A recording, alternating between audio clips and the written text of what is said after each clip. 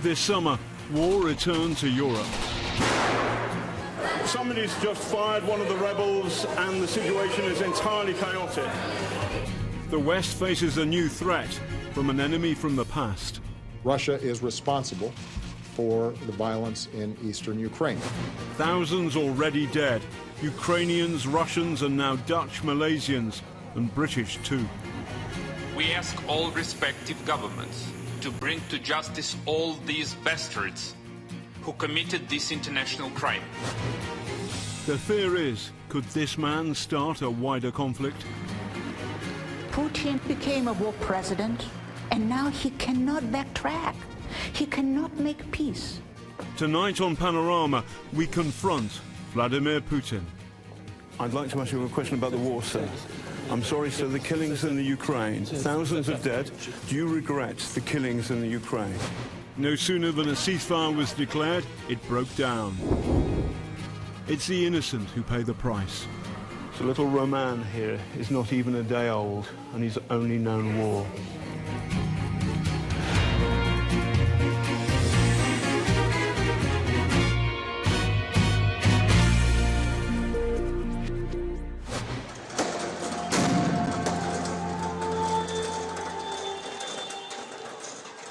This war has been simmering for a long time. Many Ukrainians wanted to move closer to the West. Violent protests followed. Then 7 months ago, the first shots. In a single day, 51 Ukrainians were gunned down. Snipers picked them off one by one. A new pro-Western government emerged in Kiev. The Kremlin's response? To stir up rebellion in the Crimea. Russia sees what it's doing as defensive. There is no country closer to them than Ukraine. It's sort of Scotland to their England. Enter a ghost army, soldiers wearing masks, stripped of anything that might identify them, occupied Crimea. They were Russian troops. Mr. Putin was quick to justify his actions. Россия оказалась на рубеже, от которого не могла уже отступить. Если до упора сжимать пружину, она когда-нибудь с силой разожмется. Надо помнить об этом всегда. Putin настолько маниакально. Putin has a maniacal fear of the possibility of Russia's collapse. He fears it so much that he throws himself in the opposite direction when he senses a threat. От тени такой угрозы.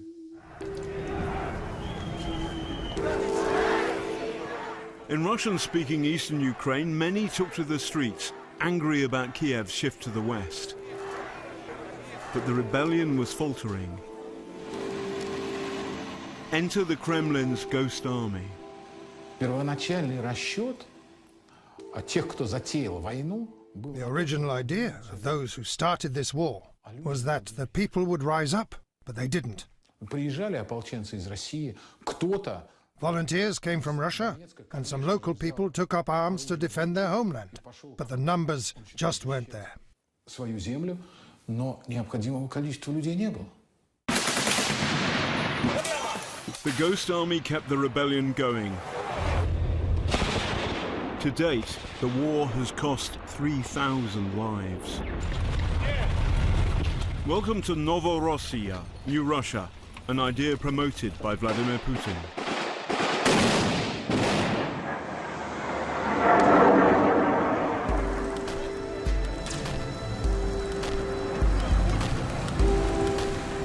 This is Donetsk, the capital of rebel-held Ukraine. Government barely functions, if at all. The panic war brings has come here too. So, this will give you an example of what's happening. We've just heard a muffled explosion. There are reports of a shootout at the railway station. The Ukrainian army are at the city gates.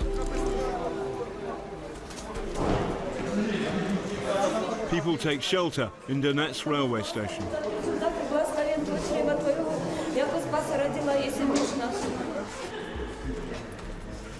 So the situation is the Ukrainian army is 3 kilometers that way, and people are terrified there's going to be an enormous battle here. We're right underneath the railway station, and people are leaving. Somebody's just fired one of the rebels, and the situation is entirely chaotic. Civilians are terrified. That day, several people were killed, but much of the city stayed intact, and life carried on.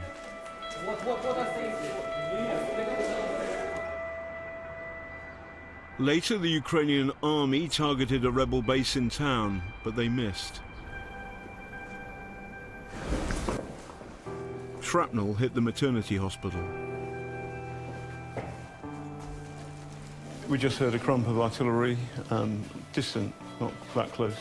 But nevertheless, people, the patients and some of the staff have run down here to the basement because it's the safest place in the whole hospital. What kind of world is the next generation being born into? Many here have little love for Ukraine's new president, Poroshenko. Чтобы у Порошенко и его родственников вот так рождались внучки и внуки, как мы сидим, посмотрите, разве это нет же в светлых палатах какие есть, а вот так разве можно это под этими выстрелами? Я не знаю, не хочу сказать. Говорите, пусть весь мир поднимается, нечего вот это вот, это ужас, что делается. The laundry in this part of the basement now serves as the premature baby unit. Мы боимся за детей жизнь, за свою жизнь, в конце концов. Но роддом, это что-то святое должно быть у всех. И вообще, я не понимаю, не представляю, как можно быть такими людьми жестокими. This has become a media war, and Mr. Putin is fanning the flames. И малые населенные пункты, и крупные города окружены украинской армией, которая прямой наводкой наносит удары по жилым кварталам. Как ни печально, напоминает события даже Второй мировой войны, когда немецко-фашистские оккупанты, войска немецко-фашистские окружали наши города, допустим, Ленинград. This is Donetsk last month. This is not the Nazi siege of Leningrad or anything like it. Огромной доверчивостью. The huge naivety of Russians has been used by those who have spread this war. The people want justice. They've been told that it will be just if we beat the fascist, and they believed in it. But it turned out to be a bloody civil war of brother killing brother.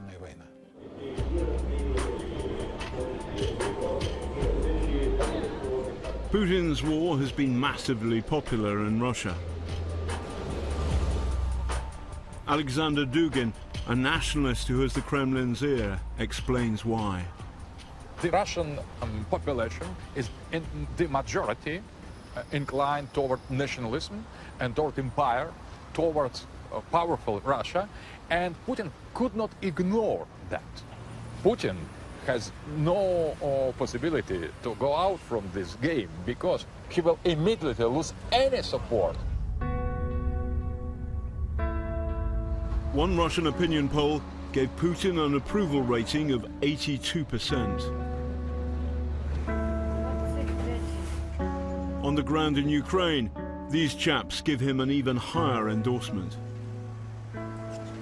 Do you trust the word of Mr. Putin? He's our president and we're proud of him. He's a great person.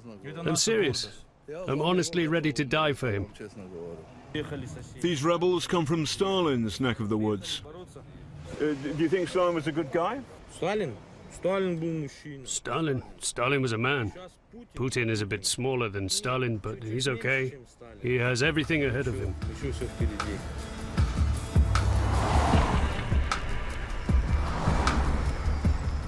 This isn't Putin's first war, it's his third.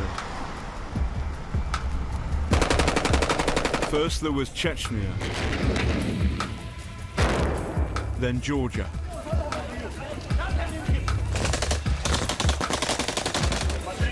and and now Ukraine.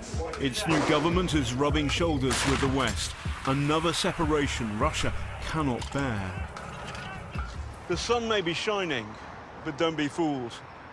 Here in Moscow, the citadel of Vladimir Putin's power, things are getting chillier by the day. He probably isn't going to do anything monstrous, but he's the only limit to that. There's not a single person, nor a single institution that can limit Putin.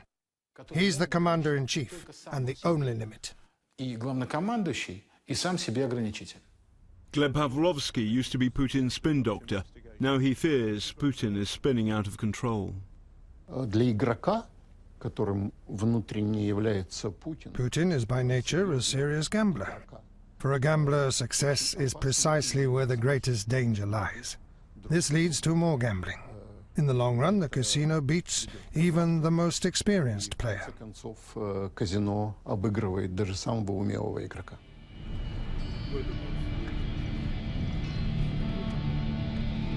By mid-July, the rebels were losing, in part because the government had an air force and they didn't.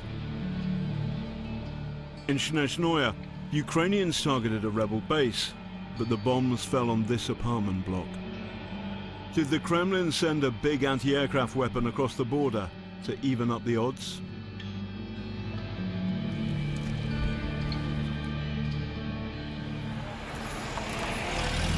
One, two, three, 4, 5, 6. Was this the moment when Putin's gamble went horribly wrong and a passenger jet was shot down by mistake? MH17 came from the west, where the sun is setting over there, from Amsterdam. Here we are in the eastern Ukraine, headed east for Malaysia. Then bang, and the lives of nearly 300 people were extinguished. Amongst the dead, 193 Dutch, 43 Malaysians, 27 Australians, and 10 Britons. The debris is strewn across 10 miles in rebel-held territory. Another site, more wreckage. Here the engines and the wheels came to rest. You can't see it, but this whole place stinks. It stinks of aviation fuel. It stinks of the dead. This is a monstrous crime. Truth is a stranger to these killing fields. In a war fought by ghost soldiers, lies stack up like the corpses. But who's responsible for this? Some people say that man is in the Kremlin.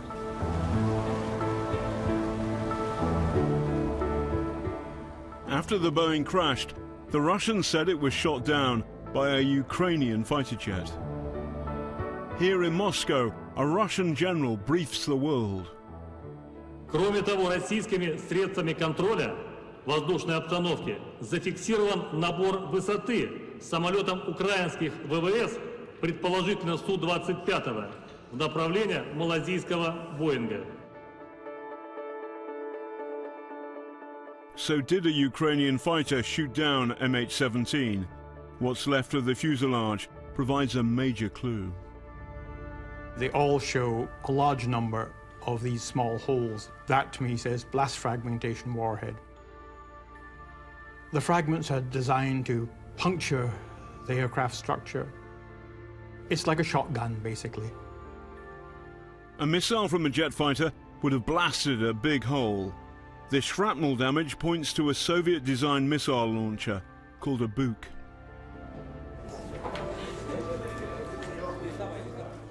But the prime suspects were the rebels.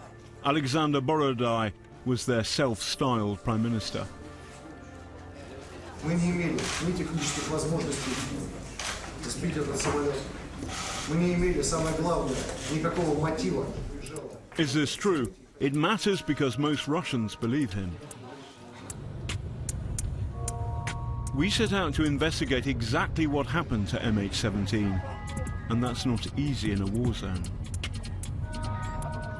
This is the road out of Zugrez, east of Donetsk. We're deep in rebel-held territory. This footage was filmed on the outskirts of town. In the video, you can see the Buk missile launcher on a road. And in the foreground, there is a blue box and a pillar. Blue box, pillar. We believe the Buk came along this road, tracking east. The rebel denial is further undermined by this image taken 10 miles from the crash site, which shows a low loader with red ramps going up this hill, and on it a Buk anti-aircraft missile launcher. That missile launcher went up this hill. Both images were distributed by the Ukrainian government. Could they be fake? We spoke to 2 eyewitnesses who were in the next town along that day. They feared being identified. We just saw it being offloaded, and when the Buk started its engine, the exhaust smoke filled the whole town square. Were the crew with the Buk local? They had pure Russian accents. They say the letter G differently to us. Both eyewitnesses believed the Buk crew were Russian. One said a soldier spoke with a Moscow accent. This is the first time that the missile launcher's crew have been potentially identified as Russian, and that means the Kremlin has questions to answer. 2 hours later, at 4:20 p.m, locals heard 2 bangs. MH17 disappeared off the radar screen. There's more. This disputed image shows the Buk at dawn the next day, apparently heading towards Russia, with 1 warhead missing. The Russians have felt the need to step up their support for the dissidents. Material is no doubt coming across, including more than likely the Buk missile.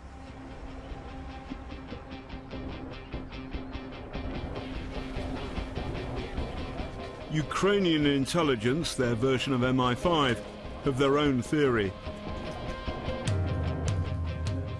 They invited Panorama into their Kiev HQ. They suspect that this was a plot to shoot down a Russian passenger jet to give Mr. Putin a pretext for invading Ukraine. If the Buk M1 launch was stationed here, was deployed to this position, it could have a clear vision of the air fleet coming. And if they launch missile from this place, the plane could crash somewhere on the territory that was controlled by Ukrainian army. We know for sure that Russians were ready to invade that night. So you're seriously suggesting that MH17 was shot down by mistake because the Russians meant to shoot down one of their own civilian airliners? It looks like. It appears like that. Has Putin's gambling led to this? That he's now such a bogeyman to some that the unthinkable becomes all too thinkable. But the explanation which best fits the evidence is that the Buk crew thought they were firing at a Ukrainian military plane, and they got it wrong. In war, mistakes are made.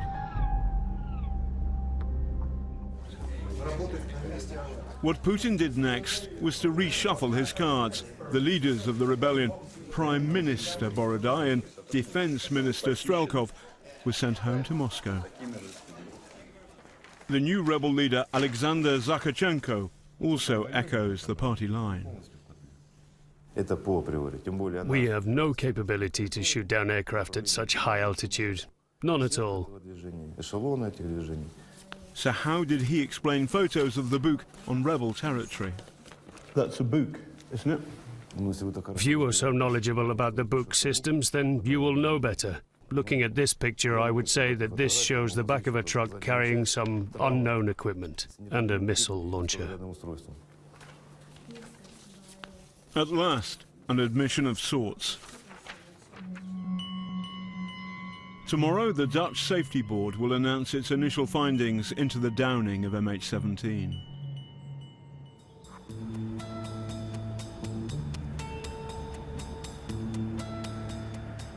Putin's next move was to paint hundreds of Green Army lorries white and rebaptize them an aid convoy.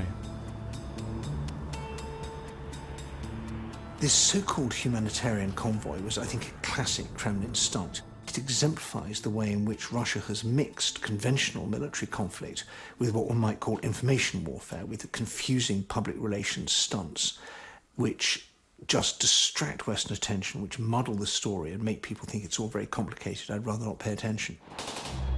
These graves are part of the new battleground in the info war. Here lie Russian soldiers who are thought to have died in Ukraine. The dates they died, August the 19th and 20th this year, point to them being Ghost Army. The whole war, Russian war in Ukraine, undeclared war, the so-called hybrid war, is based on falsification. And this war probably is the perfect case of falsification on the part of the Kremlin. This video was shot from a Ukrainian bus.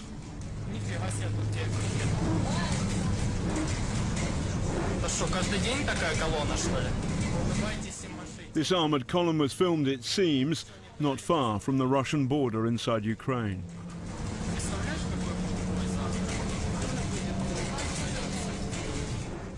The view from the back of the bus shows pretty much a full mechanized battalion of the Russian army. This and other Russian firepower shifted the military position dramatically.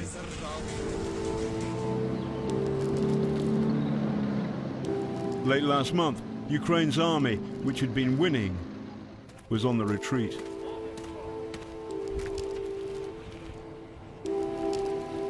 The game changer on the front line was not the rebels, but the Kremlin's Ghost Army.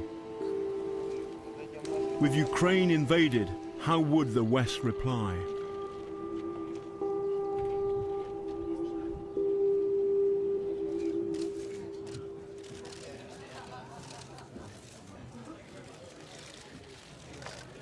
The answer came at a NATO summit in Wales. Tougher sanctions, but militarily, Ukraine's on its own.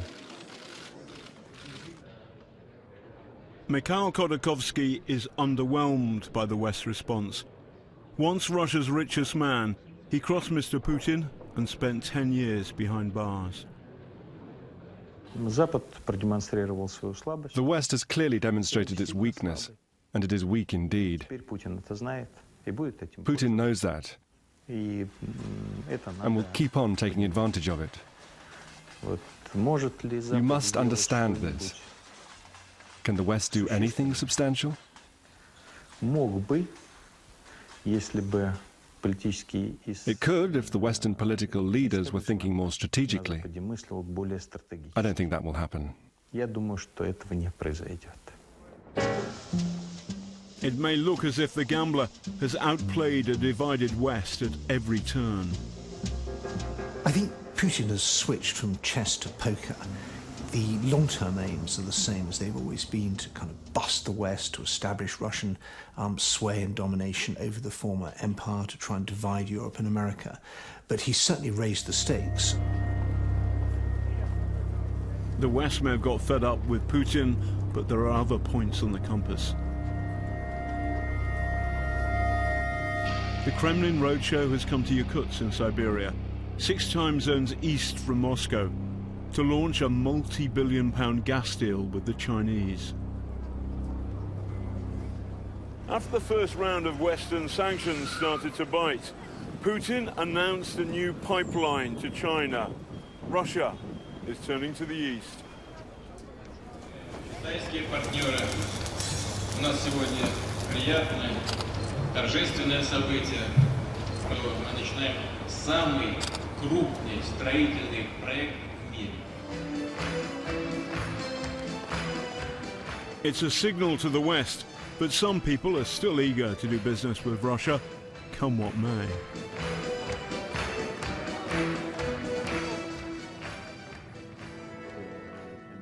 Before he was locked up, Mikhail Khodorkovsky went head-to-head with Mr. Putin. What makes Vladimir Putin tick? Is he rational? He's changed a lot. He used to be more rational. Now he allows himself to be emotional. Now many of his actions depend on emotion. And that does not bode well. The prospect of democratic change of power in Russia does not exist anymore. The country is already paying in blood for the lack of political change, and there will be more blood in the future. Here Mr. Putin is treated like an emperor.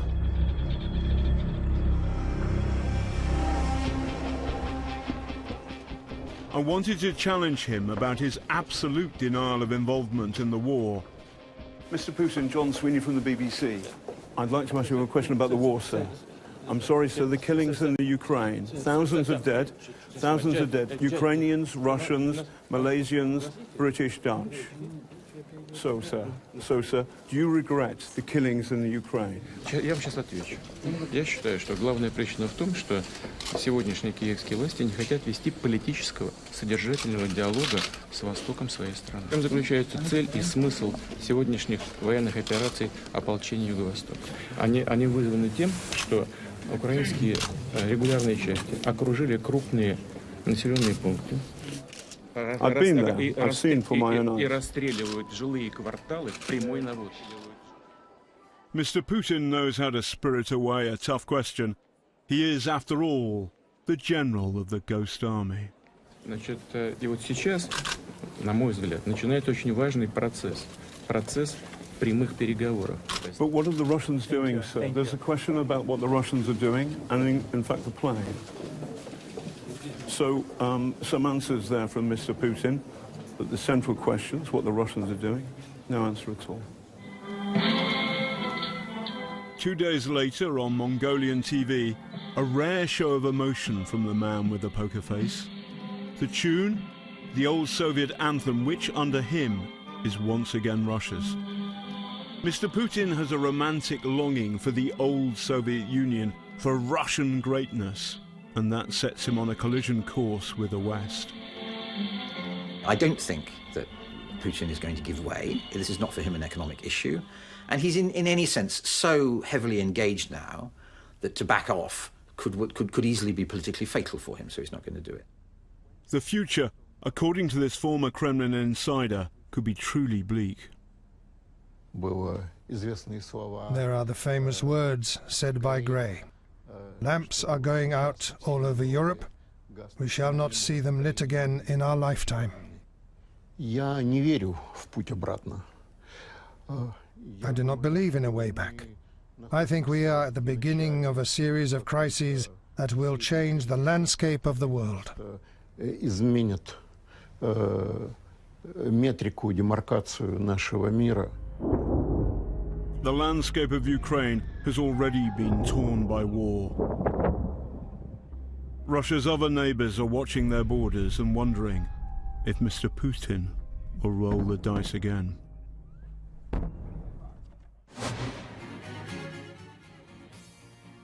Coming up at 10, a timetable for more devolution if Scotland